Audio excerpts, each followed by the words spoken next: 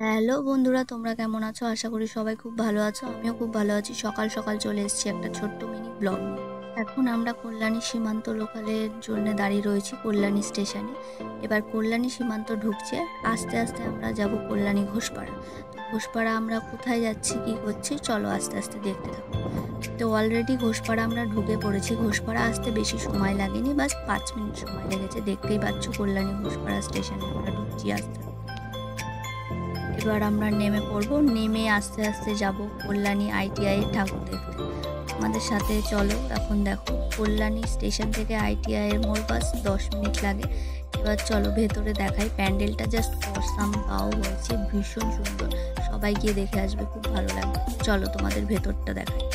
ভেতরটা দেখতেই পাচ্ছ, দারুণ সুন্দর। ছোট ছোট অনেক রকমের ঝাড়বাতি দেওয়া এবং চারিপাশে অনেক কারুকার্য দেখতেই পাচ্ছ। বুদ্ধদেব, গণেশ, পাখি, নানান রকম করা রয়েছে এবং দারুণ সুন্দর ফ্লাওয়ার ভাস রয়েছে, দারুণ সুন্দর কারুকার্য। এবং ভিতরের দিকে চলে যাচ্ছি মায়ের দিকে।